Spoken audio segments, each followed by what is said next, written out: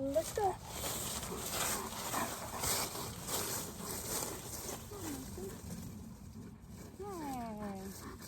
You can see it's not. I'm not pulling on the leash to have him follow me. He's following my hand target. But if there was something, and I'm not going to say that there's not. There could be. There's not. I haven't had anything like this happen for I don't know how long. But if he were to suddenly lurch and pull me, I'm always worried about that happening because when he was younger and he did that, he could pull me right over, right? But he has made no attempt to do that. Now I have cues so that if there was a big distraction, I would give him a cue, a 1, 2, 3 game, or hand target, or catch, or go find it, or see the doggy, or whatever the game is I want to play.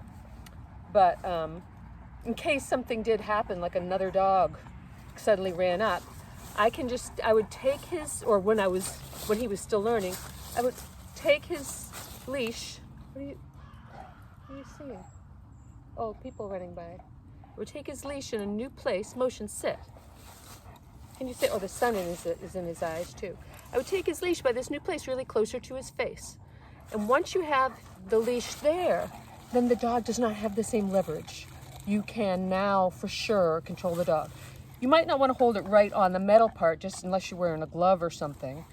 I find I just hold it right near the clasp or right on the clasp is where I would go if I really want to have complete control of the dog, because when I've got the leash really close, when I'm holding it close to his head, and if I just hold still, he can't pull me over or anything. He has very little leverage.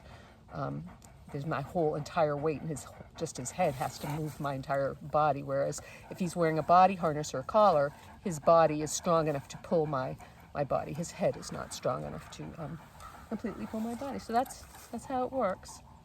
This one here needs to be tightened up just a little bit. You want to have this part here that's around the head be nice and snug.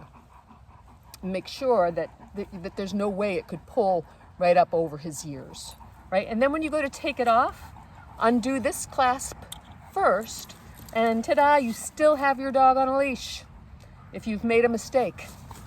And then you can do it different ways. Sometimes people, I know Susan Garrett, she leaves the head halter on the dog and just changes where the leash is clipped to. Sometimes it's clipped to the head halter, sometimes it's clipped to just the regular flat collar.